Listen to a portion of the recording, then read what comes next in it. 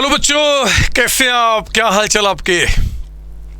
मेरे बच्चों, पिछली क्लास में जनरल एंट्री की हमारी पहली क्लास थी और आप बिलीव कीजिए फर्स्ट क्लास में ही आप इतने स्ट्रॉन्ग हो चुके हैं कि आपके सामने बड़े बड़े योद्धा भी अब टिक नहीं सकते। आज मेरे बच्चे मैं आपको उसी चीज़ जो पिछली क्लास में हमने पढ़ा था, जितना हम स्ट्रॉन्ग हुए थे उसको और स्ट्रॉन्गर करने के लिए, यानी कि आपको स्ट्रॉन्ग करने के लिए मैं आज आया हूँ। और आज हम और भी एडवांस लेवल के अच्छे यहाँ पे एंट्रीज को सीखने वाले हैं। एसेट को, एक्सपेंस को लेके जो हमने पिछली क्लास में बातें की थी और जितने सारे एप्लीकेशन हमने स्टडी किए थे उनको हम और गहराई से आज स्टडी करेंगे और मस्त तरीके से अपने आप को स्ट्रॉन्ग करेंगे। आज हमारी जनरल एंट्री क्लास 2 है। याद कीजिए, एक छोटा सा पिछली क्लास का रिवीजन मैं आपको बता दूं। हमने बोला था कि जनरल एंट्री करते समय 2 वर्ड आते हैं, एक हमारा डेबिट और एक हमारा क्रेडिट। ये 2 वर्ड बड़े ही अनमोल है मेरे बच्चे, बहुत ही इंपॉर्टेंट है, जो कि हमारे एंट्रीज के कॉन्सेप्ट को बढ़ाते हैं। ये 2 वर्ड आपस में अपने आप में अधूरे होते हैं।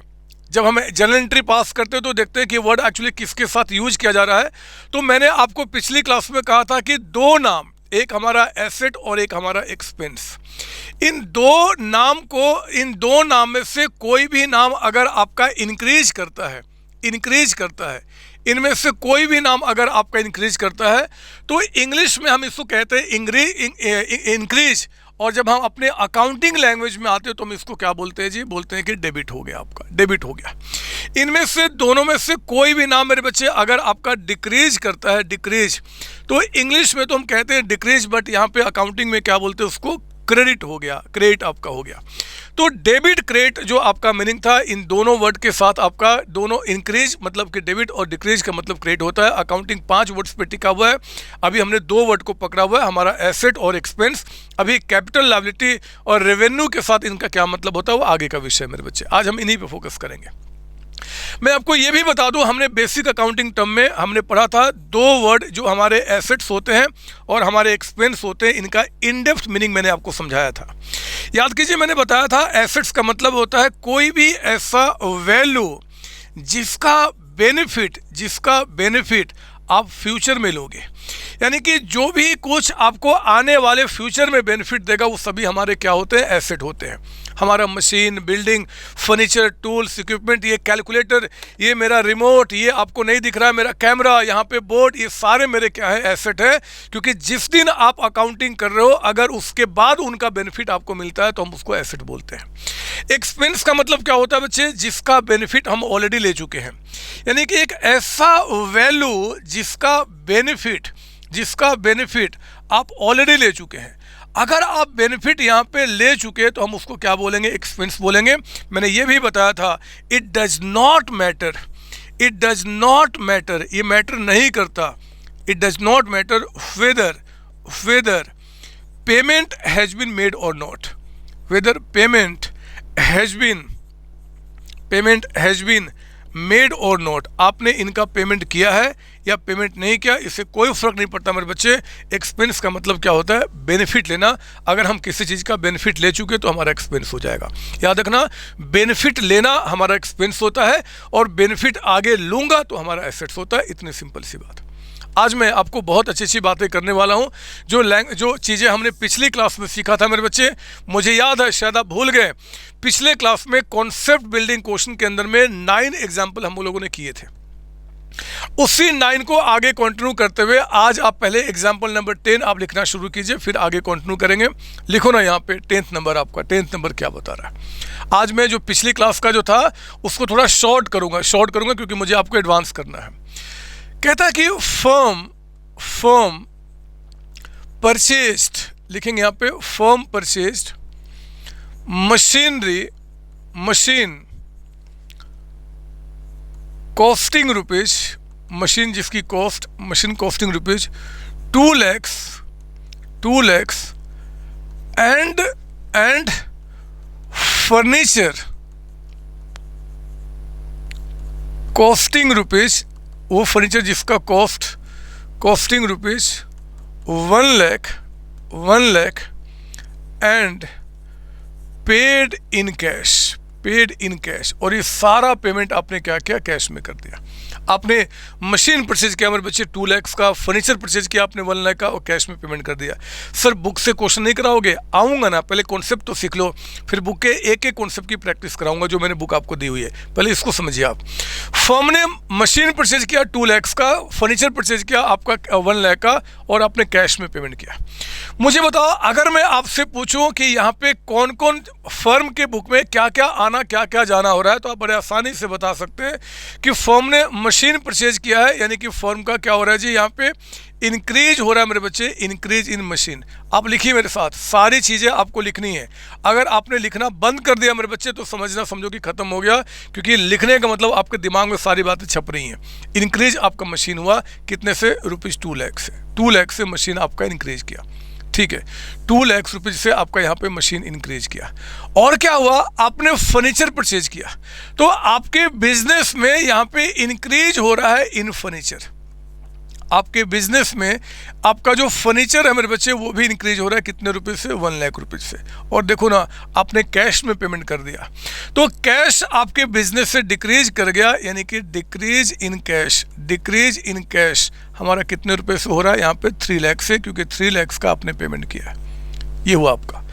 पिछली क्लास में मेरे बच्चे मैं थोड़ा लंबा प्रोसेस लेके चल रहा था, पहले इंक्रीज डिक्रीज, फिर उसके बाद क्या डेबिट क्रेडिट, फिर ये अब हम उसको शॉर्ट करेंगे, क्योंकि अल्टीमेटली दौड़ लगाना है।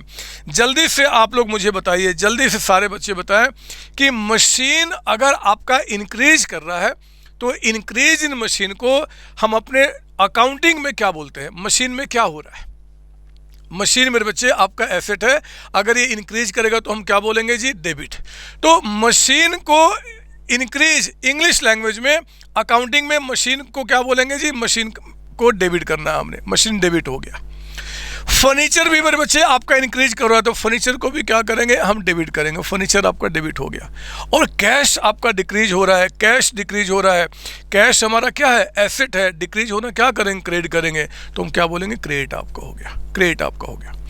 पता है, आप जब स्कूल में आप इस चैप्टर को जब पढ़ोगे ना, या कोई दोस्त जिससे आप डिस्कशन करोगे, तो वो एक अलग तरीके से इस सब एंट्री को करते हैं। अलग तरीका वो जिसको हम ट्रेडिशनल अप्रोच करते हैं, जो आज से मेरे बच्चे कई वर्ष पहले, मतलब कि समझो कि वो ख़त्म हो गया, उसमें इतने सारे कन्फ्यूजन है, इतना रट्टाफिकेशन है। मैं उन सब से दूर निकाल के मॉडर्न अप्रोच, इसको क्या बोलते हैं? Modern approach. मैं मॉडर्न अप्रोच, जो कि आप मॉडर्न ज़माने के लोग हैं, वो अकाउंटिंग आपको सिखा रहा हूँ, उससे आपका, ठीक है ना। तो अब मुझे क्या करना है? इसको एंट्रीज पास करना है। मुझे बताइए एंट्री क्या बनेगा? मशीन को मेरे बच्चे हमें डेबिट करना है। मशीन हमारा डेबिट जब होगा तो हम क्या लिखेंगे? मशीन, और उसके आगे वर्ड के यूज करेंगे अकाउंट। एक्चुअली जर्नल एंट्री में जितने भी नाम आएंगे सबके साथ आप अकाउंट लगाएंगे, ऐसा क्यों आगे बताऊंगा। और फिर डीआर, मतलब कि डेबिट को शॉर्ट में क्या बोलेंगे? डीआर आपका। फर्नीचर भी मेरे बच्चे डेबिट हो रहा है, तो आपने क्या करना है? फर्नीचर अकाउंट डेबिट कीजिए। यहाँ पे फर्नीचर अकाउंट को आप यहाँ पे डेबिट करेंगे, तो मशीन अकाउंट डेबिट हो गया, फर्नीचर अकाउंट डेबिट हो गया, और आपके पास से क्या चला गया? कैश। कैश कम हो रहा है मेरे बच्चे, यानी कि क्रेडिट किया जाएगा, तो उसके आगे 2 और क्या लिखेंगे? कैश अकाउंट, है ना, 2 कैश अकाउंट। क्या इसके आगे मैं क्रेडिट लिख दूं? नहीं सर, 2 का मतलब ही क्रेडिट आपका होता है जनरल एंट्री के अंदर में। तो आप 2 लाख रुपीज़ आप यहाँ दिखाइए कि 2 लाख रुपीज़ आपका मशीन इंक्रीज हुआ, 1 लाख रुपीज़ से आपका यहाँ पे फर्नीचर इंक्रीज हुआ, और 3 लाख रुपीज़ आपके पास से क्या हुआ जी? कैश चला गया, कैश चला गया।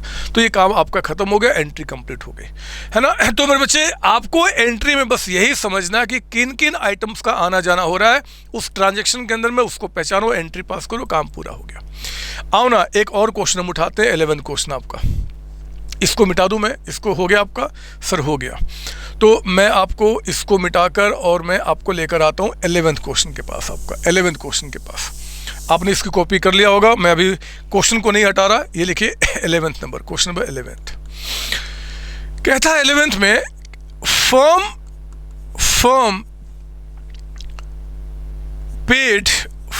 पेड या फिर ऐसे लिखते हैं फर्म परचेज्ड, और थोड़ा एडवांस क्वेश्चन बनाता हूं मैं आपके लिए। फर्म परचेज्ड इक्विपमेंट्स भी आपके एसेट्स होते हैं। Equipments for ₹1,20,120 and building for ₹4,80,000। आपने दो चीजें परचेज किया मेरे बच्चे।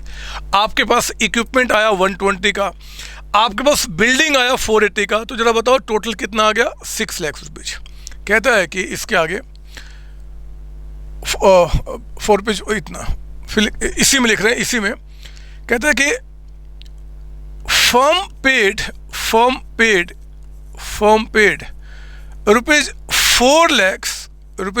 lakhs in cash and ₹2 lakhs through bank. ये थ्रू बैंक कह देगा चाहे बाई चेक कह देगा, मीनिंग सेम है मेरे बच्चे। इसका मतलब कि पेमेंट आपका बैंक से गया। मैं एंट्री को बड़ा करते जा रहा हूं, आपको मैं दिखा रहा हूं कि चाहे कितनी भी बड़ी एंट्री आ जाए आप बहुत चुटकी बजाते हुए काम कर सकते हैं। आप मुझे सिर्फ ये बताओ इस 11th वाले में कि फर्म के बुक में क्या आया क्या गया। अब आप बता सकते हैं, मैं जानता हूं आप मुझे बता सकते हैं कि देखो जी इक्विपमेंट फर्म ने परचेज किया, इक्विपमेंट्स जो फैक्ट्री में बड़े बड़े लगते हैं आपके। तो एक तो यहाँ पे क्या हो रहा है कि इंक्रीज हो रहा है हमारे बच्चे बिजनेस में, आपका इंक्रीज इन इक्विपमेंट्स आपके बढ़ रहे हैं, इंक्रीज इन इक्विपमेंट्स आपके हो रहे हैं। मुझे बताइए इक्विपमेंट्स कितने से बढ़ रहे हैं? आपका 1,20,000 से। अरे बिल्डिंग भी आपने परचेज किया तो बिल्डिंग भी आपके बिजनेस में इंक्रीज हो रहा है, इंक्रीज इन बिल्डिंग। मुझे बताओ जरा बिल्डिंग आपका कितने से बढ़ा है? तो 4,80,000 से, 4,80,000। आपने मेरे बच्चे ये जो 6 लाख रुपीज के एसेट्स को परचेज किया, इसमें से 4 लाख तो आपने कैश में पे कर लिया, तो बिजनेस से कैश कम हो गया ना, यानी कि इंक्रीज या डिक्रीज? Sir decrease. आप बोलेंगे डिक्रीज इन कैश। आपके बिजनेस में कैश कम हो गया, कितने से जी? 4 लाख रुपीज से। तो डिक्रीज इन कैश मेरे बच्चे 4 लाख। और अगर आपने 2 लाख रुपीज बैंक से पेमेंट कर दिया, यानी कि बैंक में जो आपका अकाउंट था उसमें से पेमेंट कर दिया, तो बैंक से पैसे कम हो गए, यानी कि आपका बैंक में जो पैसा है यानी कि बैंक वो भी कम हो गया, डिक्रीज इन बैंक का मतलब कि बैंक में जो आपका पैसा पड़ा हुआ है वो 2 लाख रुपीज, ये आपका निकल गया। आप मुझे बताओ ना, मुझे बताओ जरा कि जब हम इसको आपका अकाउंटिंग लैंग्वेज में बोलूँगा, जब मैं इसकी अकाउंटिंग लैंग्वेज में यूज करूँगा तो क्या मैं यहाँ पे इंक्रीज डिक्रीज बोलूँगा? नहीं सर, इंक्रीज डिक्रीज के जगह पे आपका डेबिट क्रेडिट आ जाता है। बताओ इक्विपमेंट और बिल्डिंग दोनों इंक्रीज हो रहे हैं। जब इक्विपमेंट बिल्डिंग यानी कि एसेट जब इंक्रीज करेगा तो हम क्या करेंगे? डेबिट करेंगे। यानी कि एक तो आप यहाँ पे डेबिट कीजिए, आप इसको और इसको भी आप डेबिट कीजिए। आज देखेंगे आपकी अपने आप आपका स्पीड बढ़ गया है मेरे बच्चे, आपका अपने आप बढ़ चुका है। कैश बैंक दोनों डिक्रीज हो रहा है, एसेट का डिक्रीज होना क्या होगा? क्रेडिट आपका होगा। तो आप यहाँ पे क्या करेंगे? क्रेडिट बोलेंगे, यहाँ पे क्रेडिट, और यहाँ पे क्या करेंगे? क्रेडिट करेंगे, आपका क्रेडिट करेंगे। मेरे बच्चे अब हम क्या करेंगे जी? Will pass entry. हमें एंट्री पास करना है। जितने भी नाम डेबिट में उनको एक साथ लिखो, इक्विपमेंट को डेबिट में लेकर आना है। तो बताओ जनरल एंट्री में हम क्या करेंगे? Equipments account debited. आप यहाँ पे इक्विपमेंट, उसके आगे क्या लगाएंगे? अकाउंट। हर एक नाम के साथ जो जनरल एंट्री में आपका नाम बनेगा उसके साथ अकाउंट लगाएंगे। अकाउंट क्यों लगाएंगे, इसका क्या रीज़न है, ये भी मैं आपको समझाऊंगा। थोड़ा सा सब्र तो करो, अभी क्लास को स्मूथली आगे बढ़ने दो, कॉन्सेप्ट को आगे बढ़ने दो। इक्विपमेंट आपका 1,20,000 से आपने क्या किया? यहाँ पे इंक्रीज कर दिया। बिल्डिंग को भी मेरे बच्चे डेबिट करना है, तो हमने क्या किया? Building account debited. बिल्डिंग आपका अकाउंट डेबिटेड, तो हमने यहाँ पे बिल्डिंग अकाउंट को यहाँ पे डेबिट किया। बताओ कितने से? 4,80,000 का अमाउंट आपका, 480। कैश मेरे बच्चे हमें क्रेडिट करना है, तो हम क्या बोलेंगे? To cash account. जितने भी नाम क्रेडिट में आते हैं उनके साथ हम क्या लगाते हैं? टू लगाते हैं। अमाउंट कितना आपका है? 4 लाख रुपीज का अमाउंट आपका टू कैश हो गया। और बैंक भी आपका डिक्रीज कर रहा है, तो हम क्या बोलेंगे? टू बैंक अकाउंट, है ना। जितने भी नाम आपके डिक्रीज करने वाले हैं, मतलब जो क्रेडिट में आने वाले हैं, उन सभी नाम को एक साथ लिखिए। जो डेबिट में आने वाले हैं उसको एक साथ लिखिए, और इस तरीके से एंट्री पास कीजिए। एंट्री कंप्लीट हो गया। जनरल एंट्री आप देख सकते हैं कि पिछली क्लास में जितना समय लगता था उससे टफ एंट्री होने के बजाय आपको और भी कम समय लग रहा है। आप प्लीज कॉपी करो। तो हमने ये भी काम किया मेरे बच्चे। फर्म ने आपका यहाँ पे 2 चीज़ें परचेज की थी, 2 चीज़ें आई, 2 के पेमेंट हुआ, हमने काम कंप्लीट किया। मैं आगे बढ़ता हूँ, ये कोई दिक्कत है इसके अंदर में? नहीं सर। तो अब मैं आपको 12th क्वेश्चन पे लेकर आता हूँ, इसको मैं मिटाता हूँ क्योंकि मैं जानता हूँ कि आप मास्टर होते चले जा रहे हैं, चीज़ों को आप समझ रहे हैं। आइए जरा 12th क्वेश्चन, एग्जाम्पल नंबर 12 लेंगे आप यहाँ पे। एग्जाम्पल 12 कहता है कि firm paid rent rupees 30,000, salary rupees 50,000 and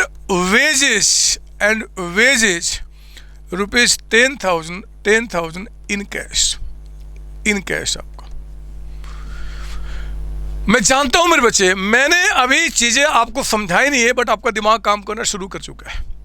आप जान चुके हैं कि यहाँ पे अगर मैं बात करूं तो 30, 50 और 10 कितना हो गया? 90,000। फर्म के पास से टोटल जो कैश गया है वो कितना गया है? 90,000। फर्म के पास से जो टोटल कैश गया है, यानी कि डिक्रीज इन कैश जो आपका हुआ है मेरे बच्चे, टोटल कितने से? 90,000 से। 90,000 आपका 90,000 से डिक्रीज किया है। इस 90,000 में जो आपके पास से कैश गया, उसके पीछे का जो रीजन है, बेनिफिट ले लेना। क्योंकि अगर आप किसी को रेंट पे कर रहे हो, यानी कि जगह को आपने यूज कर लिया होगा। सर अगर अभी यूज नहीं किया होगा तो वो बात की बात है। फिलहाल अगर कोई कहता है ना कि आपने रेंट पे किया, सैलरी, वेजेज, कमीशन, एडवर्टीजमेंट, तो समझना कि बेनिफिट ले लिया तभी हम पेमेंट कर रहे हैं। तो आपने क्या करना है कि डिक्रीज इन कैश आपको बताना है। यहाँ पे 90,000 आपको बताना है कि बच्चे आपका इंक्रीज हो रहा है एक्सपेंस में। बेनिफिट लेना मतलब क्या? आप बेनिफिट ले तो हमारा एक्सपेंस हो गया, तो इंक्रीज हो रहा है आपका एक्सपेंस में, जिसका पहला नाम क्या है जी? रेंट। कितने से? 30,000 से। आपका यहाँ पे इंक्रीज हो रहा है बच्चे, इंक्रीज हो रहा है किसका? आपका सैलरी का। इन सैलरी, मुझे बताइए सैलरी जो आपका एक्सपेंस है वो कितने से बढ़ गया? 50,000 का आपका। और इंक्रीज आपका हो रहा है यहाँ पे इंक्रीज इन वेजेज आपका, ये बताइए कितने से? यहाँ पे 10,000 से। ये हमारा काम कंप्लीट हो गया।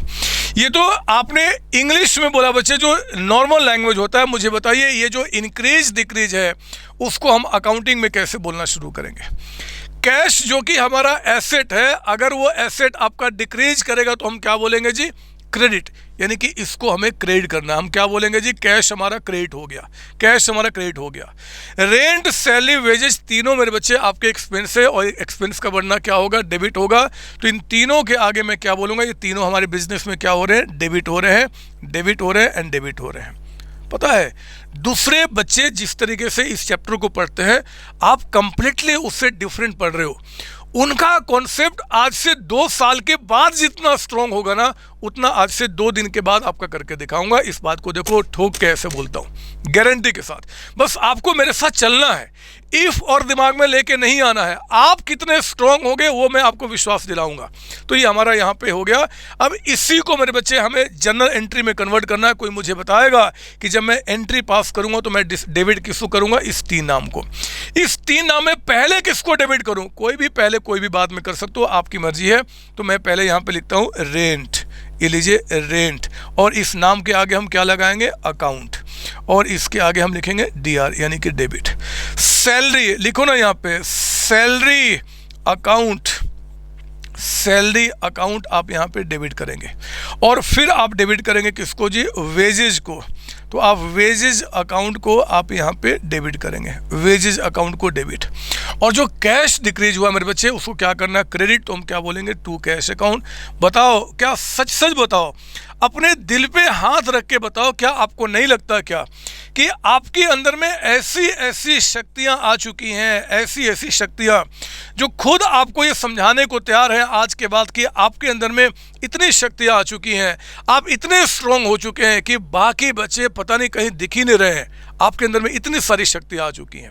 आज से एक काम जरूर करना मेरे बच्चे, आपके मम्मी पापा अगर सुबह में बोलते हैं ना कि बेटा गुड मॉर्निंग, बोलना ना पापा ना मम्मा ना।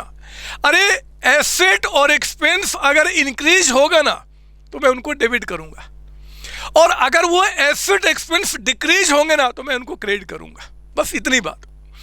अगर रात के टाइम पे अगर वो बोलते बेटा गुड नाइट, बोलना ना पापा ना, सुनो मेरी बात, एसेट एक्सपेंस का बढ़ना डेबिट होगा, घटना क्रेडिट होगा।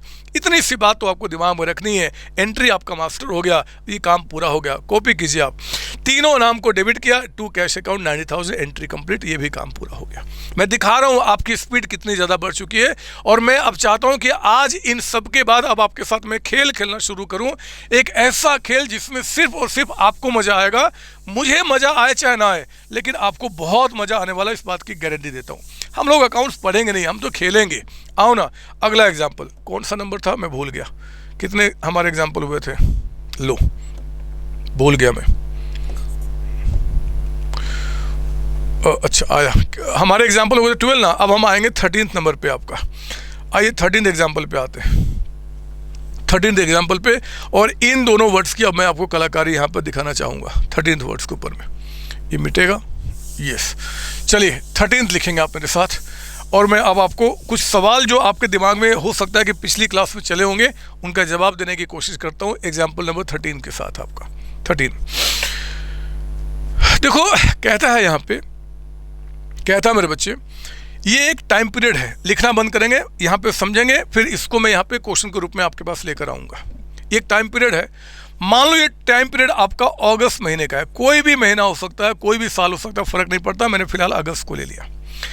मेरे पास मेरे बच्चे एक एम्प्लॉय काम कर रहा है जिसका नाम है मिस्टर ए। और ये मेरा कौन है जी, एम्प्लॉय है। ये मेरा कौन है, एक एम्प्लॉय है। इसने पूरे अगस्त के महीने में मेरे पास काम किया, पूरे अगस्त के महीने काम किया। एंड में आया, बोला कि सर मैंने काम किया, मेरी सैलरी पे करो। मुझे बताओ कि अगर अगस्त के एंड में, ये अकाउंटिंग किसके लिए सीख रहे हैं, एक कंपनी के लिए जिसका नाम मान लो कि क्या है, सीओसी। आप मेरे बच्चे अकाउंटेंट हो, ये मैंने आपको बना दिया किसके जी, सीओसी को। यानी कि आपको सिर्फ सीओसी के लिए सोचना है और आपको एंट्री पास करना है। आप क्या देख रहे हो, मतलब सीओसी क्या देख रहा है कि मिस्टर ए जो इनका एक एम्प्लॉय है, उसने पूरे महीने यहाँ पे काम किया, एंड में आके बोला कि मैंने काम किया, मेरी सैलरी पे करो। बताओ जरा कि सीओसी ने ए को क्या पे किया, क्या सैलरी पे किया? नहीं सर, आपने पिछली क्लास में बताया था, उसके पहले भी आपने समझाया था, हम अकाउंटिंग के बच्चे हैं, कि अगर ए ने यहाँ पे पूरे महीने काम कर लिया, एंड में आके बोला कि मेरी सैलरी पे करो, वो कुछ भी कहे, लेकिन हम लोग क्या बोलेंगे, हमने क्या पे किया, कैश पे किया, कैश पे किया। तो मेरे बच्चे अगर हमने कैश पे किया तो हमारे पास से क्या जी, कैश चला गया, कैश चला गया। मान लो इसकी सैलरी कितनी है, ₹20,000, तो 20,000 क्या किया जी, हमने इनको कैश पे कर दिया, 20,000 पे कर दिया। ये जो 20,000 मेरे बच्चे जो मैंने इनको पे किया, अब अकाउंटिंग क्योंकि डबल एंट्री सिस्टम पे काम करता है, जब भी कुछ आएगा जाएगा तो उसके पीछे का रीजन भी बताना होता है। आप मुझे बताइए कि जो 20,000 सीओसी ने पे किया, क्या इस 20,000 के बदले में मिस्टर ए का आप बेनिफिट ले चुके हो या अभी आगे लेना है? सर ले चुके हैं। अगर आप बेनिफिट ले चुके हैं मेरे बच्चे, तो हम उसको क्या बोलते हैं जी, वो हमारा एक्सपेंस है। तो हम लोग क्या करेंगे, इस 20,000 पेमेंट के करने का जो रीजन है, उस रीजन को हम यहाँ पे क्या करेंगे, एक्सपेंस दिखाएंगे, और उस एक्सपेंस का नाम क्या है यहाँ पे, सैलरी। सैलरी कितना, 20,000। सर आप यहाँ पे एक्सपेंस क्यों नहीं लिख देते, सैलरी क्यों लिखते हो आप? इसलिए क्योंकि मेरे बच्चे एक्सपेंस हजारों होते हैं, rent, salary, commission, wages, depreciation, पता नहीं कितने सारे नाम। तो आपको बताना होगा ना कि कौन सा एक्सपेंस है। जैसे एसेट के आप नाम लिख रहे हो, मशीन, बिल्डिंग, फर्नीचर, जिसका जो एंट्री हो रहा है, उसी तरीके से जो भी एक्सपेंस होगा उसका नाम बताना होगा, ताकि लोगों को पता चले कि एंट्री किस चीज़ का हो रहा है। ये 20,000 पे मैंने ये तो पिछली बार भी आपको समझाया था। मैं इसको बोल दूं यहाँ पे कि कहता है कि फर्म पेड, लिखिए यहाँ पे, firm paid rupees 20,000 salary to mister A, salary लिख दो फिलहाल आपका, firm paid ₹20 salary in cash. हमने क्या किया, 20,000 यहाँ पे सैलरी पे किया कैश में। तो बताओ इसकी एंट्री क्या होगी? एंट्री करते समय मेरे बच्चे आपको यहाँ पे देखना है कि क्या क्या हो रहा है जी। फॉर्म के पास एक तो एक्सपेंस इंक्रीज हो रहा है, तो आप यहाँ बोल रहे हैं कि इंक्रीज इन सैलरी, यानी कि आपका एक्सपेंस हो रहा है 20,000 से, और आपका डिक्रीज हो रहा है यहाँ पे, डिक्रीज इन कैश आपका डिक्रीज हो रहा है कितने से, 20,000 से, है ना, ये आपका निकल के आ रहा है। तो मेरे बच्चे इंक्रीज इन सैलरी, बताओ सैलरी यानी कि एक्सपेंस इंक्रीज, तो हम क्या बोलेंगे एंट्री में, सैलरी हमारा डेबिट हो गया, और आप इसको क्या बोलेंगे, कैश हमारा क्या हो गया जी, क्रेडिट हो गया। मुझे बताइए आप इसकी एंट्री कैसे पास करेंगे। एंट्री एग्जाम में ये सब नहीं बताना, आपको सिर्फ एंट्री बताना है।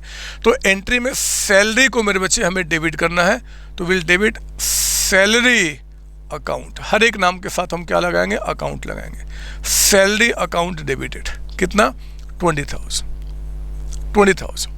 और कैश आपका कम हो गया, तो कैश हमारा कम होगा, यानी कि हम क्या बोलेंगे, टू कैश अकाउंट, है ना। कैश हमारा एसेट है, एसेट का कम होना क्रेडिट, तो हम बोल देंगे टू कैश अकाउंट, कितना जी, 20,000। एंट्री कंप्लीट हो गया। Salary account debited to cash account. क्या इसमें कोई डाउट है आपको? नहीं सर।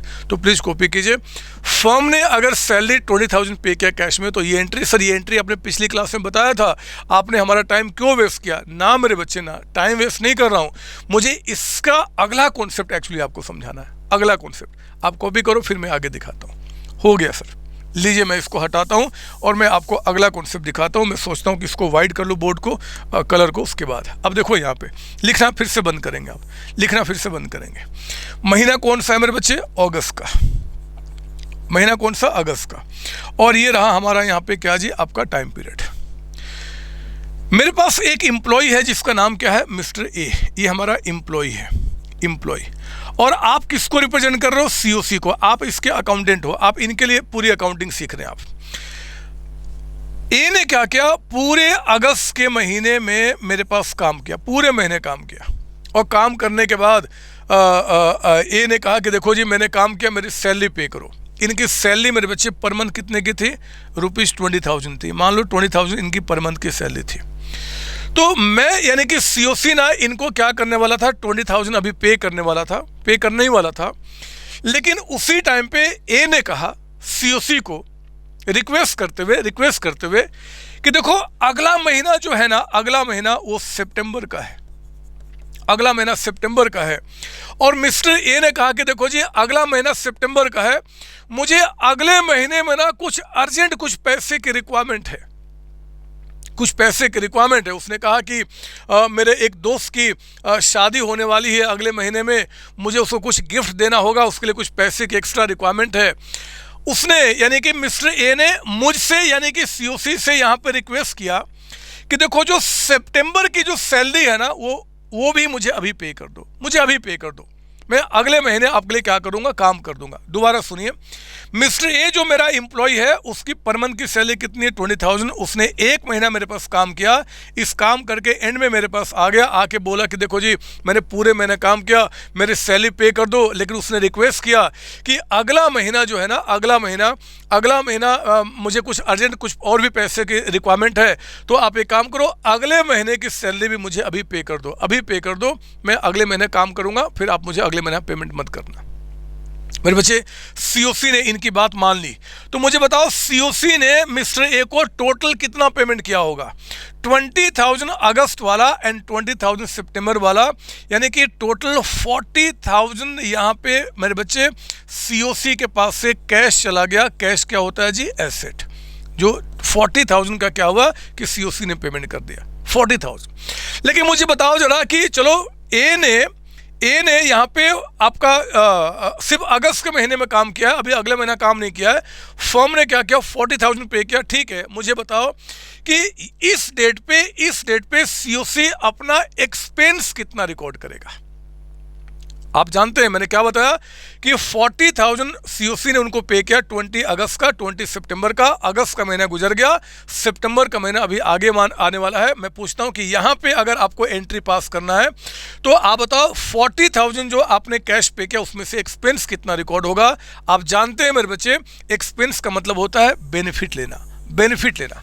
मुझे बताओ अगर बेनिफिट लेना एक्सपेंस है तो क्या पूरे 40,000 को सीओसी एक्सपेंस मान ले? क्या पूरे 40,000 को मैं एक्सपेंस दिखा दूं? ना मेरे बच्चे, पूरे 40 को नहीं दिखा सकता, क्योंकि 40,000 पे तो किया है, लेकिन इसमें से जो बेनिफिट लिया ना वो सिर्फ अगस्त का, यानी कि एक्सपेंस जो मेरा अगर रिकॉर्ड करना होगा ना यहाँ पे, यानी कि सैलरी जो हमें यहाँ पे एक्सपेंस रिकॉर्ड करना होगा, वो एक्सपेंस कितने से रिकॉर्ड होगा? सिर्फ और सिर्फ 20,000 से, जिसका बेनिफिट ले चुका हूँ।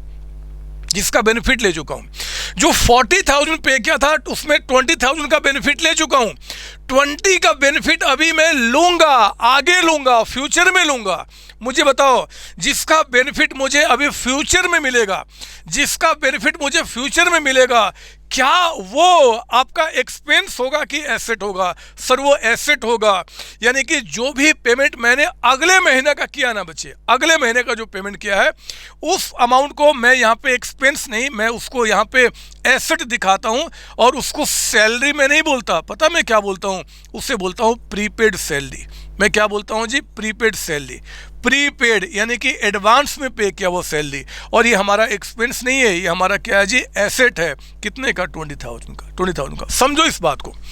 40,000 पेमेंट किया, ठीक है, बट पेमेंट करना कभी एक्सपेंस नहीं होता। आप तो मशीन खरीद रहे हो, बिल्डिंग खरीद रहे हो, तब भी पेमेंट कर रहे हो, एक्सपेंस मान लो क्या? नहीं बच्चे, वो एक्सपेंस नहीं है। वो 40,000 पेमेंट तो किया, लेकिन इसमें से जितने का हमने बेनिफिट अभी लिया ना, हम उसी को एक्सपेंस दिखाएंगे, जो कि आपका 20,000 है अगस्त की सैलरी।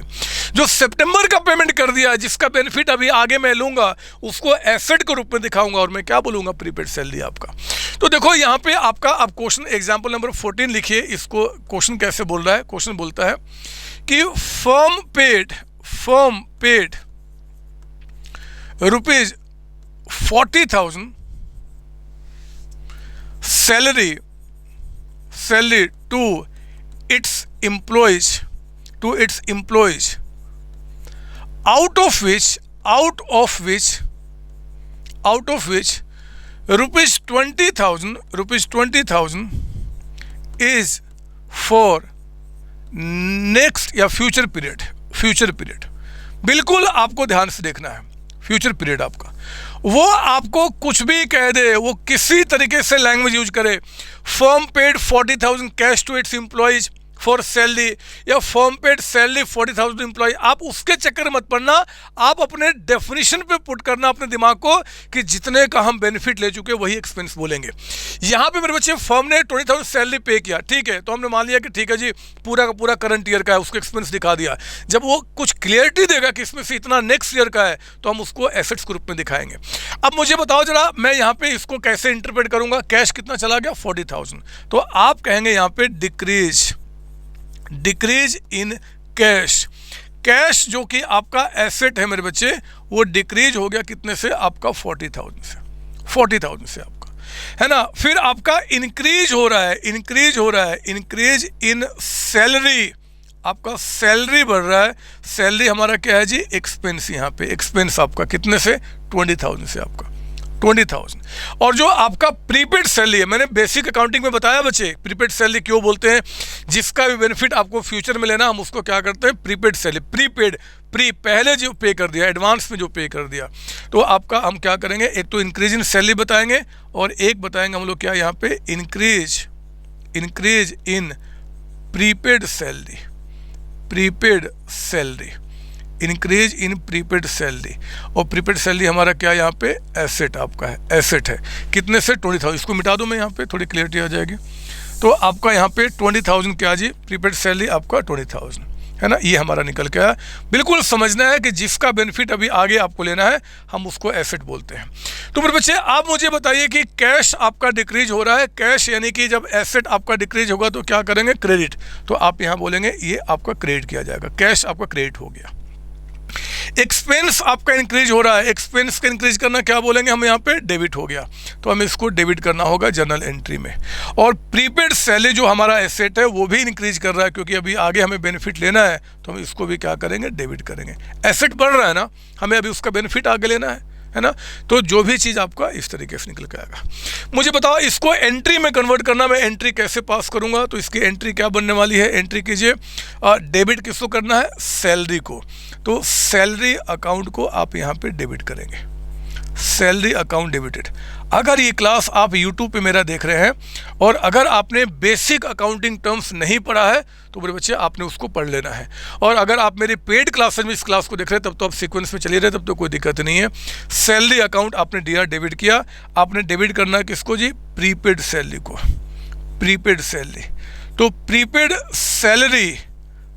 सैलरी अकाउंट को आप यहाँ पे डेबिट करेंगे।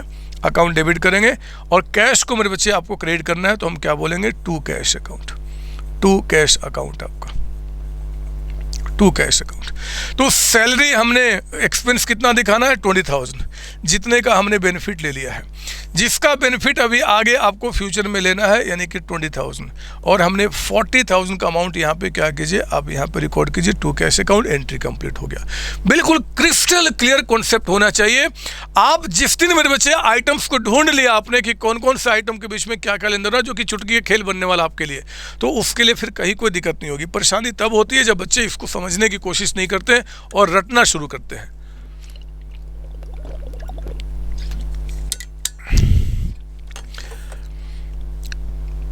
जब मैं अपने सीए वाले बच्चों को पढ़ाता हूँ ना, सीएमए वाले बच्चों को, मुझे उतना मेहनत नहीं होता लगता जितना कि आपको मुझे मेहनत करना पड़ता है। और एक मतलब आप बोलोगे कितनी छोटी बात है, बट मैं एक कहानी आपको बताना चाहता हूँ। जनरल एंट्री के जो फर्स्ट क्लास में रिकॉर्ड कर रहा था ना बच्चे, उस फर्स्ट क्लास को रिकॉर्ड करने के पहले कम से कम 30-35 मैंने क्या किया, शॉट्स लिए होंगे। मतलब कि 30-35 बार मैंने स्टार्ट किया, बंद किया, स्टार्ट किया, बंद किया। सर ऐसा क्यों? उसके पहले मैंने सीएमए फाइनल वालों बच्चों का एक रिकॉर्डिंग किया, पिछले 2-3 महीने तक लगातार रिकॉर्डिंग हुई। अब सोचो हमारे लिए कितनी बड़ी मुसीबत होती है कि जो सीएमए फाइनल के बच्चे हैं, उनका माइंड जो होता है बिल्कुल डिफरेंट होता है, उनका स्पीड डिफरेंट होता है, उनको हमें समझाने का तरीका डिफरेंट होता है। तो उनको समझाने के तरीका को जिस तरीके से मैंने 2-2.5 महीने तक किया था, सडन फिर क्या हुआ, अब मैं आ गया 11th क्लास के पास। तो ये आप में 11th क्लास में और सीएमए फाइनल में कम से कम 10 ईयर्स का गैप है। 10 साल पहले मुझे आके इस चीज़ को पढ़ाना पड़ता है, अपने आप को स्लो करना होता है, अपने स्पीड को मेंटेन करना होता है, कॉन्सेप्ट को बार बार बारीकी से तोड़ना होता है। तो समझो कितना टफ होता है। और इसी टफ को करने के लिए मेरे बच्चे 30-35 शॉट्स लेने पड़े आपको। बट आपको क्या है, आपको लगता है कि ये छोटी छोटी बातें हैं, ये बहुत बड़ी बातें हम लोग के लिए होती है। खैर प्लीज़ कॉपी कीजिए। मुझे पता है कि अब आप एसेट एक्सपेंस के बारे में समझ चुके हैं। मैं थोड़ा सा और भी आपको समझाने के लिए आगे बढ़ाता हूँ। हमारे 14th एग्जाम्पल हो गए ना, अब मैं 15 एग्जाम्पल पे लेके आता हूँ। थोड़ा सा और कुछ, थोड़ा सा और मज़ा देना चाहता हूँ आपको, थोड़ा सा और। लिखिए आप यहाँ पे एग्जाम्पल नंबर 15, देखो और कितना मज़ा आपको आएगा। कहता कि फर्म पेड आपका wages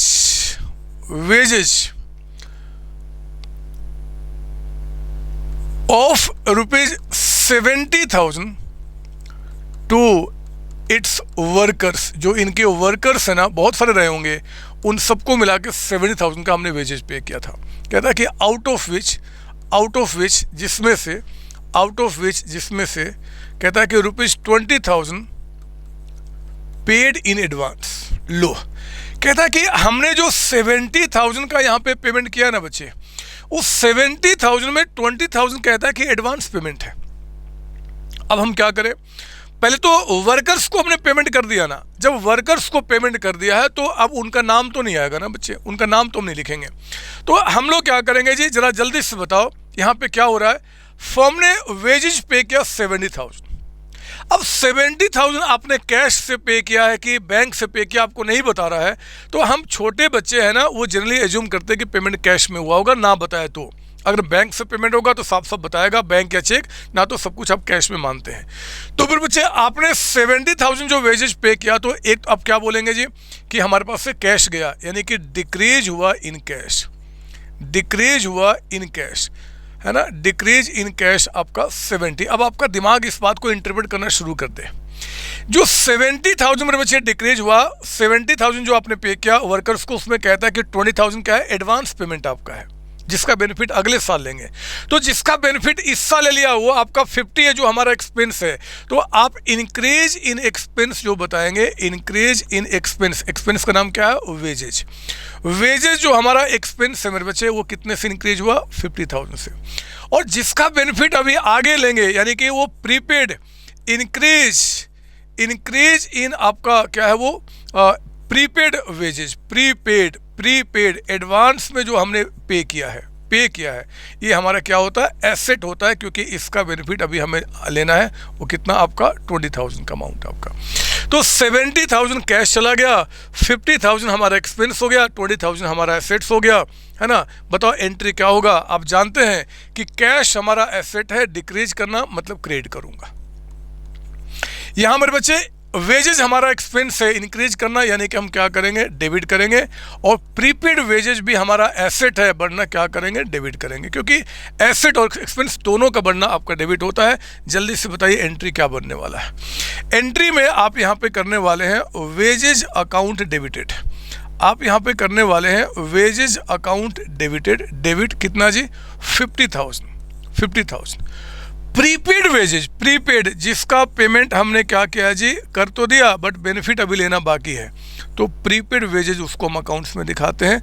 account prepaid wages account debited, account debited कितना जी, 20,000 का अमाउंट आपका 20,000। एंड टू आप क्या बोलेंगे यहाँ पे, हमारे पास से क्या चला गया बच्चे, कैश चला गया। कितना कैश चला गया, 70,000। तो कैश हमारा एसेट है, कम होना क्रेडिट करेंगे टू कैश अकाउंट।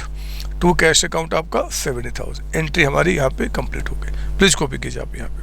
तो जो भी आपका निकल के आएगा उसको बहुत बेहतर तरीके से समझा हमने आज जो चीज़ें हम देख रहे हैं कि हमारा एसेट और एक्सपेंस का जो एप्लीकेशन है, जो यूजेज है, जो आपका उसका बढ़ना घटना, हम उनको यहाँ पे एंट्री में कन्वर्ट करके देख रहे हैं। थोड़ा सा और लेवल को अब आगे बढ़ाता हूँ, कुछ और मज़ेदार चीज़ें आपको बताता हूँ। इसकी कॉपी कर लीजिए आप। सर हो गया। तो इसको हटाते हैं 15th और मैं आपको थोड़ा और आगे लेके चलता हूँ 16th एग्जाम्पल पर। पाइए आज हम एसेट एक्सपेंस से जुड़ी हुई बातें करेंगे। आपका 16 एग्जाम्पल कहता है ₹20,000 due from debtors became bad डेप्ट हो गया। बताया मैंने बेसिक अकाउंटिंग टर्म्स में, बैड डेट्स का मतलब क्या होता है, डूब जाना। मतलब मेरे बच्चे जिस डेटर से आपको 20,000 का अमाउंट लेना था, डेटर हमारे कौन होते हैं, एसेट होते हैं जिनसे हमें पैसा लेना है। तो जिनसे 20,000 का अमाउंट लेना था मेरे बच्चे, उनसे वो पैसा डूब गया। सर कैसे डूब गया? हो सकता है वो डेटर मर गया हो सकता है कि वो भाग गया हो सकता है वो दिवालिया यानी कि इंसॉल्वेंट हो गया हो, कोई भी रीजन हो, आपको उससे फर्क नहीं पड़ता।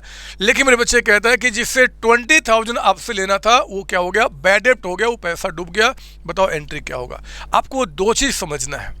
मुझे बताओ फर्म के पास से क्या कम हो गया, अब आपका क्या कम हो गया, डेटर कम हो गया, एसेट कम हो गया, क्योंकि अब वो उससे पैसा नहीं मिलेगा। तो मेरे बच्चे एक तो हम यहाँ पे क्या देख रहे हैं जी, हमारा डेटर डिक्रीज हो रहा है, डिक्रीज इन डेटर आपका है ना, डिक्रीज इन डेटर कितने से, आपका 20,000 से। डेटर हमारा क्या है, एसेट है। डेटर लिख दूं मैं यहाँ पे, डेटर हमारे क्या होते हैं, एसेट होते हैं, जो कि 20,000 से आपके डिक्रीज कर रहे हैं। और मेरे बच्चे बैड डेट्स हो गया, तो ये बैड डेट्स होना बिजनेस में क्या मानते हैं, एक्सपेंस हो गया, लॉस हो गया, एक्सपेंस हो गया, मीनिंग सेम। लॉस एक्सपेंस सबके साथ सेम एंट्री चलता है। ये एंट्री जो आपका है, एक्सपेंस कह दो, एक्सपेंस कह दो, लॉस कह दो, सबके साथ सेम बात है, इंक्रीज डेबिट डिक्रीज क्रेडिट आपका। तो जो पैसा डूब गया वो हमारा क्या हो गया, एक तरीके से लॉस हो गया, एक तरीके से हमारा एक्सपेंस हो गया। तो जो लॉस हो गया मेरे बच्चे, हम लोग क्या करेंगे, हम उसको, लॉस बढ़ गया ना हमारे बिजनेस में, यानी कि इंक्रीज हो गया इन आपका बैड डेट्स। बैड डेट्स जो हमारे हैं बिजनेस के, बैड डेट्स जिसको कि हम बिजनेस में एक्सपेंस बोलते हैं, एक्चुअली ये रूटीन के खर्चे होते हैं, क्योंकि जब सेल करोगे तो कुछ ना कुछ पैसे डूबते हैं। एक्सपेंस कितने का, 20,000 का। अब इसको लॉस बोले तब भी कोई दिक्कत नहीं, मीनिंग से एंट्री तो सेम बनना है। मुझे बताओ जरा कि डेटर आपका यहाँ पे डिक्रीज कर गया। डेटर हमारा अगर डिक्रीज यानी कि ऐसे डिक्रीज, तो क्या करेंगे, क्रेडिट करेंगे, हम इनको क्रेडिट करेंगे, ये क्रेडिट। और जो हमारे बैड डेट्स यानी कि जो लॉस एक्सपेंसेस इंक्रीज हो गया बच्चे, बिजनेस में लॉस बढ़ गया, एक्सपेंस हो गया, तो हम उसको क्या करने वाले हैं, डेबिट करने हैं। मुझे जल्दी से बताओ ना, जल्दी से बताओ इसकी एंट्री क्या पास करने वाला हूँ। मुझे बैड डेट्स को डेबिट करना है, तो एंट्री हो गया बैड डेट्स। मैंने कहा था ना, अब हम लेवल को बढ़ाएंगे। बैड डेट्स अकाउंट आपका डेबिटेड, अकाउंट डेबिट करेंगे। एंड टू आप यहाँ क्या करेंगे जी, डेटर्स को मेरे बच्चे आपको कम करना है, यानी कि टू डेटर्स अकाउंट। डेटर्स कौन होते हैं, जिनसे हमें पैसा लेना होता है। अब काहे का पैसा मिलेगा, वो तो डूब गया, वो पैसा नहीं मिलेगा, तो उन्हें कम करना होगा। कितना, आपका बैड डेट्स 20,000 हो गया, और 20,000 से आपका यहाँ पे क्या जी, ये भी हो गया। एंट्री कंप्लीट, प्लीज कॉपी कीजिए। Due from debtors become bad debts आपका 20,000, तो बैड डेट्स यानी कि एक्सपेंस को आप बढ़ाएंगे और अपने एसेट्स को कम करेंगे। एंट्री हमारी कंप्लीट हो गई। कोई डाउट इसके अंदर में? नहीं सर। मैं थोड़ा और भी इसको मज़ेदार बनाना चाहता हूँ, आपके साथ खेलना चाहता हूँ एक्चुअली आपका। मैं अब आपको खेल खेलना सिखा रहा हूँ कि एंट्री के थ्रू हम अकाउंट्स में कैसे खेलते हैं। आप वही काम कर रहे हैं। देखो ना क्या बता रहा है, कहता है कि रुपीज, ऐसे करो, फर्म रिसीव्ड रुपीज 38,000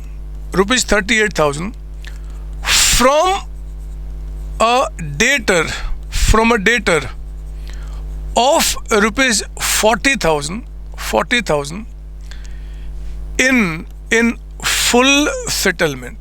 या अभी छोड़ो आपका, firm received 38,000 from a debtor of rupees 40,000 and allowed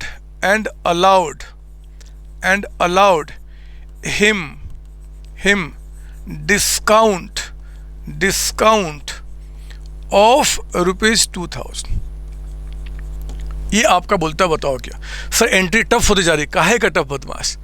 अगर रियली में आज की क्लास के बाद आपको ये टफ लगेगा, और अगर आप मेरे पेड स्टूडेंट्स हैं, तो आप मुझे डाउट सेशन नंबर पे आप मुझे बता देना कि हाँ जी सर मुझे टफ लगा, मैं मान लूँगा। मुझे नहीं लगता कि ऐसा होने वाला है। और अगर आपको क्लास अच्छी लगी, सिंपल लगी, तो भी आप मुझे बताएं कि हाँ जी सर क्लास मुझे ठीक लगी, सारी बातें समझ में आ रही हैं। अगर आप ये क्लास मेरे यूट्यूब पे देख रहे हैं, तो आपको कमेंट में मुझे बताना होगा कि क्या रियली में चीज़ें आपको टफ लग रही हैं या सारी बातें आपको समझ में आ रही है। मैं आपको यहाँ दिखाता हूँ इस एंट्री का मतलब क्या हुआ। बस सोचने का तरीका आपको मेरे साथ लेके चलना पड़ेगा। पता है, फर्म का एक डेटर है जो कि 40,000 का था। डेटर कौन होते हैं? जिनसे हमें पैसा लेना होता है। तो एक डेटर है मेरे बच्चे, जिनसे 40,000 फर्म ने यानी कि मुझे रिसीव करना था। उस 40,000 में से उस डेटर ने ना मुझे 38,000 का पेमेंट कर दिया। जो डेटर मेरा 40,000 था, 40,000 का, उसमें से फर्म ने रिसीव क्या रिसीव किया? कैश रिसीव किया होगा। सर कैश कहाँ लिखा है? इम्प्लाइड है। फर्म रिसीव 38,000, मतलब कि कैश रिसीव किया। जब तक वो ना बताए कि किस फॉर्म में रिसीव किया, हमेशा मानते हैं कि हम कैश में रिसीव किए होंगे फिलहाल इस चैप्टर को सीखते समय। तो फर्म ने क्या किया जी, एक डेटर जो 40,000 का था, उससे कैश कितना रिसीव किया? 38,000। तो 40 के बदले में 38,000 फर्म ने रिसीव किया एंड 2,000 का डिस्काउंट दे दिया कि चल कोई बात नहीं, डिस्काउंट हो गया, माफ़ कर दिया, हम आपसे पेमेंट नहीं लेंगे। और उसको क्या किया जी, 2,000 का हमने डिस्काउंट दे दिया। डिस्काउंट देना मतलब क्या? हमारा एक्सपेंस हो गया। एक्सपेंस ही हुआ ना। जो पेमेंट मुझे आपसे 40,000 लेना था, मैंने सिर्फ 38,000 लिया एंड 2,000 छोड़ दिया, तो 2,000 हमारा डिस्काउंट हो गया, हमारा एक्सपेंस हो गया। डिस्काउंट क्योंकि पैसा हमने रिसीव नहीं किया। तो फिर बच्चे आप मुझे बताओ वो तीन चीज़ें जो यहाँ पे आपके पास निकल के आ रही। डबल एंट्री सिस्टम मतलब कि डुअल एस्पेक्ट मतलब कि एटलीस्ट 2 आइटम होंगे, एटलीस्ट 2 से ज़्यादा भी हो सकते हैं। तो एक तो आपका दिख रहा है कि भैया अब बिजनेस से डिक्रीज हो जाएगा, कहाँ जी, इन डेटर्स आपके यहाँ पे डिक्रीज हो जाएंगे। डेटर्स आपके डिक्रीज हो जाएंगे।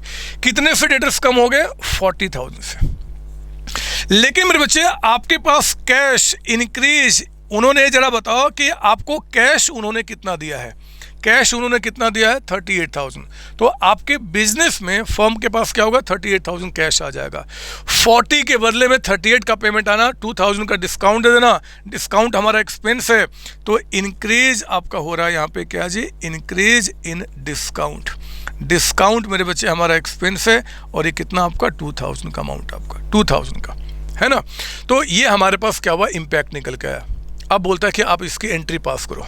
मुझे बताओ, अगर हमारे डेटर्स यहाँ पे डिक्रीज करते हैं, अगर डेटर्स हमारे डिक्रीज करते हैं, तो डेटर्स को डिक्रीज करने को हम यहाँ पे क्या करने वाले हैं? सर डेटर्स हमारे एसेट से डिक्रीज मतलब क्रेडिट, तो हम इसको बोलेंगे डेटर्स हमारा क्रेडिट हो गया।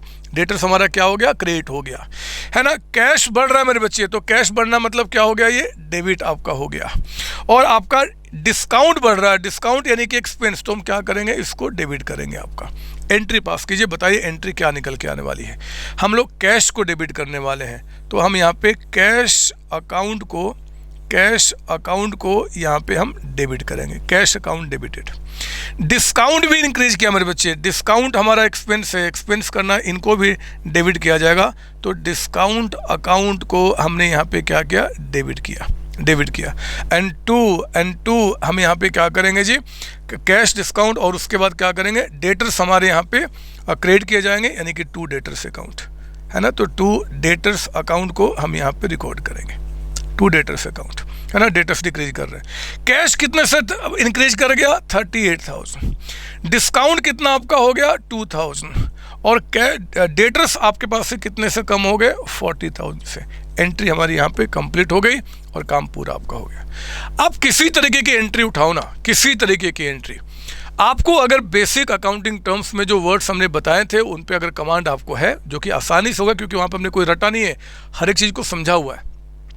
और आपको जो एंट्री करने का जो तरीका बता रहा हूँ, आइटम को सेलेक्ट करना, जो कि बहुत सिंपल है आपके लिए, एक्चुअली आप उसको करते तो आपको कहीं कोई दिक्कत नहीं है। You can make any entry, you can make any entry, you can make any entry. 17th के बाद मेरे बच्चे एक और भी आपको कराने का मुझे मन कर रहा है। मैं चाहता हूं कि जब आज की क्लास आपकी एंड हो ना, तो आपके चेहरे पे बहुत सारा स्माइल हो। और अभी आप याद रखना, कसम खा लो कि जब तक मेरी जर्नल एंट्री की क्लास खत्म हो नहीं जाती है, जब तक मैं आपको अपनी बुक से पूरी प्रैक्टिस नहीं करा देता, तब तक आप कोई भी बुक को अभी आप रेफर नहीं करेंगे, कुछ भी नहीं, कहीं किसी दोस्त से बात नहीं करेंगे। पहले कॉन्सेप्ट मेरा एंड होने दीजिए, सारे चैप्टर्स के क्लास टिल द एंड जाने दीजिए, उसके बाद दुनिया के किसी भी बुक से कोई भी क्वेश्चन उठाओ, शायद मेरी कहीं भी रिक्वायरमेंट आपको नहीं आएगी, कहीं भी रिक्वायरमेंट नहीं आएगी। एग्जाम्पल नंबर 18 लिखेंगे आप यहाँ पे। कहता है यहाँ पे, firm deposited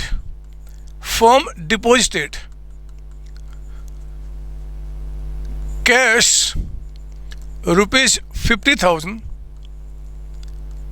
into the bank. देखो ना अभी यहाँ पे ये क्या बता रहा है। फर्म के पास मेरे बच्चे कैश है बिजनेस में। अब फर्म ने क्या किया कि जो बिजनेस में कैश पड़ा था ना, वो क्या क्या अपने बैंक में जमा कर लिया। तो सोचो जरा कि फर्म अगर कैश को अगर बैंक में जमा करती है तो क्या होने वाला फर्म में। फर्म के पास से क्या कम हो रहा है, कैश कम हो रहा है। फर्म के पास से क्या कम हो रहा है, कैश कम हो रहा है। फर्म का क्या बढ़ रहा है, बैंक बढ़ रहा है, बैंक का पैसा बढ़ रहा है। तो मेरे बच्चे यहाँ पे हो क्या रहा है जी, आपका डिक्रीज हो रहा है। लिखो ना मेरे साथ, स्माइल पास करते हुए, डिक्रीज इन कैश। आपके चेहरे पे स्माइल दिखनी चाहिए, आपके चेहरे पे वो प्रकाश जो मैं लाना चाहता हूँ, शक्तियां जर्नल एंट्री का जो आपके अंदर भरना चाहता हूँ, वो दिखना चाहिए मेरे बच्चे। तो आप कह रहे हो डिक्रीज इन कैश, कैश आपका क्या हो रहा है जी, यहाँ पे डिक्रीज हो रहा है। डिक्रीज हो रहा है आपका कितने से, 50,000। और क्या बढ़ गया, बैंक बढ़ गया, यानी कि इंक्रीज हो रहा है आपके बिजनेस में इन बैंक में मेरे बच्चे आपका यहाँ पे इंक्रीज हो रहा है कितने से, 50,000 से आपका। तो कैश डिक्रीज और बैंक हमारा क्या, इंक्रीज। बताओ इसकी एंट्री कैसे बनेगी, बताओ। मैं इसकी एंट्री करना चाहता हूँ। कैश आपका एसेट है मेरे बच्चे, डिक्रीज का मतलब क्या, हम इसको क्रेडिट करेंगे। सिर्फ यहाँ देखो, अगर भूल गए तो यहाँ, अदरवाइज अब तो दिमाग बैठ गया होगा यार। और बैंक बढ़ रहा है, बैंक यानी कि एसेट बढ़ना हमारा क्या होगा, डेबिट होगा। एंट्री बताइए क्या होने वाला है, बैंक इंक्रीज हो रहा है ना, तो हम इसको बैंक अकाउंट को डेबिट करेंगे। बैंक अकाउंट और आगे हमने क्या बोल दिया, DR है ना। टू कैश कम हो रहा है तो टू कैश अकाउंट है ना, टू कैश अकाउंट। हम लोग क्या सीख रहे हैं, हम सीख रहे हैं कि बिजनेस में जितने भी ट्रांजैक्शंस होते हैं उनकी एंट्रीज कैसे बनती है। बिजनेस में जितने भी ट्रांजैक्शंस होते हैं मेरे बच्चे, उसकी एंट्री कैसे पास होती है, उस एंट्री को हम यहाँ पे सीखने की कोशिश कर रहे हैं, ठीक है ना। उन ट्रांजैक्शन को कैसे रिकॉर्ड करते हैं आपका, तो ठीक है, ये भी हो गया। एक और लो ना आप एग्जांपल, 19th आपका। कभी कभी क्या होता है कि हमें बिजनेस में कैश की रिक्वायरमेंट होती है, तो बैंक में जो पैसा पड़ा है ना, हम उसमें से कुछ पैसा विड्रॉ करके कैश अपने पास रख लेते हैं। तो कहता है अगला आपका, फर्म, सारी बातें फर्म के लिए स्टडी कर रहे हैं, फर्म लिखूं चाहे ना लिखूं। विड्रू मतलब निकालना, firm withdrew cash of ₹20,000 from bank for use in business में यूज करने के लिए। मतलब कि बैंक में जो पैसा पड़ा था उसमें सब निकाल के कैश होता ना, बिजनेस में छोटे छोटे खर्चे होते हैं, चाय कॉफ़ी पीना है, ये करना वो करना, तो थोड़े बैंक से हम पैसा निकालेंगे, कैश रखते हैं बिजनेस में और उसमें, तो वही for business use in business में यूज करने के लिए हमने बैंक से पैसा निकाल कर कैश रख लिया। तो बताओ क्या हुआ बिजनेस में, बिजनेस का क्या बढ़ गया बच्चे, कैश बढ़ गया सर। तो increase in cash, increase in cash आपका कितने से बढ़ गया आपका 20,000 से 20,000। और क्या डिक्रीज हो गया बिजनेस का, तो डिक्रीज इन बैंक, बैंक जो है ना बच्चे वो हमारा क्या हुआ 20 से कम हो गया, है ना, क्योंकि कैश निकाल लिया। तो कैश का इंक्रीज करना मतलब हम क्या करने वाले हैं, इनको डेबिट करने वाले हैं, और बैंक का डिक्रीज करना हम इसको क्या करने वाले हैं, क्रेडिट करने वाले हैं, क्रेडिट करने वाले हैं। बोलिए जरा यहाँ पे एंट्री हम कैसे बनाएंगे आपका, तो कैश को इंक्रीज करना है, यानी कि हमारी एंट्री में आ जाएगा कैश अकाउंट डेबिटेड। क्या अभी भी इसको समझाने की रिक्वायरमेंट है, नहीं सर, डेबिट का एंट्री। और टू हम क्या बोलेंगे जी, बैंक अकाउंट क्रेडिटेड, यानी कि टू बैंक अकाउंट। हम क्रेडिटेड नहीं लिखते हैं, टू का मतलब ये होता है कि बैंक को हम क्रेडिट कर रहे हैं, यही लैंग्वेज है और इसी तरीके से इन चीज़ों को आपका रखा गया है। सर ऐसा क्यों रखा गया है, तो ये ठीक उसी तरीके से कि आप लिखते हो ना कि जैसे लिखते हो कि आपका पापा, तो पापा में पी है, फिर एक पाई है, फिर पी है, फिर एक पाई है। आप ये तो नहीं पूछ सकते ना कि सर ये पापा को ऐसे क्यों लिखते हैं, क्योंकि वही लैंग्वेज है। तो एग्जैक्टली मेरे बच्चे ये लैंग्वेज आपको दिया गया है कि इसी तरीके से आपको लैंग्वेज को इंटरप्रेट करना है, इसमें कोई सवाल पूछने का मतलब ही नहीं बनता, है ना। हाँ, आप मुझसे ये पूछ सकते हैं कि सर कैश डेबिट में क्यों है, उसका रीज़न बता दिया, है ना। ये लैंग्वेज है कि जब भी ये बढ़ेगा तो हम डेबिट के नाम से बोलते हैं, ये लैंग्वेज आपका वही चीज़ बता रहा हूँ। तो मेरे बच्चे 19th एग्जाम्पल के साथ आज की क्लास को मैं आपका एंड कर रहा हूं। और आज बिलीव कीजिए, आज की क्लास के बाद आपने क्या किया, एसेट और एक्सपेंस से जुड़े हुए जो एंट्री है एटलीस्ट आप बहुत हद तक अब सोचना शुरू कर देंगे। लेकिन मैं फिर से आपको आगाह करता हूं, अभी आपको अलग से कुछ नहीं सोचना है। आप जब अगली क्लास में मेरे साथ बैठेंगे ना, अगली क्लास में, तो इन दो जो क्लास अभी मेरी गुजरी है आपके साथ, इसमें जो एंट्रीज मैंने आपको बताए हैं, जिस तरीके से सोचने का तरीका बताया है, इसको रिवाइज करके आप बैठेंगे। अगली क्लास में हम लोग बाकी के 3 नाम जिस पे हमारा बिजनेस टिका हुआ है, अकाउंटिंग टिका हुआ है, कैपिटल, लायबिलिटी एंड रेवेन्यू, हम उनके साथ आपको इस दोनों का मीनिंग आपको समझाएंगे। और बिलीव करो उनके साथ और मज़ा आने वाला है, वो सारे मज़ा मैं अगली क्लास में आपको दूंगा। आज की क्लास को मेरे बच्चे यहीं पर रोकते हैं और आपको नेक्स्ट क्लास में मिलते हैं। ऑल द बेस्ट एंड जय आपका कॉमर्स, जय हमारा कॉमर्स, जय हमारा कॉमर्स। कॉमर्स ही है जो दुनिया को आगे बढ़ाता है, आप आगे बढ़ाएंगे, आप और सिर्फ आप। थैंक यू बच्चों, थैंक यू। हेलो बच्चों, कैसे हैं आप? मैं CA संतोष कुमार। मैंने और मेरी टीम ने डिसाइड किया कि जो क्वालिटी एजुकेशन मैं और मेरी टीम एक पर्टिकुलर एरिया में प्रोवाइड कर रहे हैं, उसको पूरे देश में क्यों न फैलाया जाए at the reasonable cost, under the brand name of COC education private limited. मेरे बच्चों, इस सक्सेस को हमने पाया, कॉमर्स के स्टूडेंट्स किसी भी कोर्स के हो, वो पूरे ऑल ओवर इंडिया में बैठ के हमारे कोर्सेज से बेनिफिट ले रहे हैं या ले चुके हैं। हमें जो दूसरों से अलग करता है वो है हमारा डेली डाउट सेशन। हमारा जो एकेडमिक इंस्ट्रक्टर टीम है, आपके कॉन्टिन्यूस आपके ग्रोथ पे वो नज़र बनाए रखता है और आपको कॉन्टिन्यूस बेसिस पे मोटिवेट करना आपको स्टडी के लिए। मेरे बच्चों, कुछ रिव्यूज पूरे ऑल ओवर इंडिया से आए हैं, मैं चाहता हूं कि वो आपसे शेयर करूं। Hello, my name is Anshika and I'm doing CA Intermediate. Ayaz from Bihar, student of COC since class 11th and now I'm funded. I have purchased my CMA Intermediate from COC Education. Hi everybody, this is Rahul. I am currently pursuing the CMA Finance. मैंने YouTube पर पहली बार तो sir का class देखा, उनके पढ़ाने का तरीका मुझे बहुत ही पसंद आया। Very thankful to Santosh sir. He is really a very nice teacher. अगर मैं संतोष सर के टीचिंग स्टाइल के बारे में बात करूँ तो आपको महसूस ही नहीं होगा कि आप वीडियो क्लासेस में बैठो, आप लाइव क्लासेस में बैठो। Santosh sir has cleared all my doubts and he gives a very तगड़ा concept over accounting. Thanks to COC, my concepts are pretty clear, my doubts get clear right away and I'm even able to score a good mark. इसलिए मैं संतोष sir का दिल से thank you so much कहना चाहता हूँ। आइए आप भी हमारे साथ ज्वाइन करें और सक्सेस के पाथ पे आप भी हमारे साथ अपने सपनों को पूरा करें। थैंक यू बच्चों।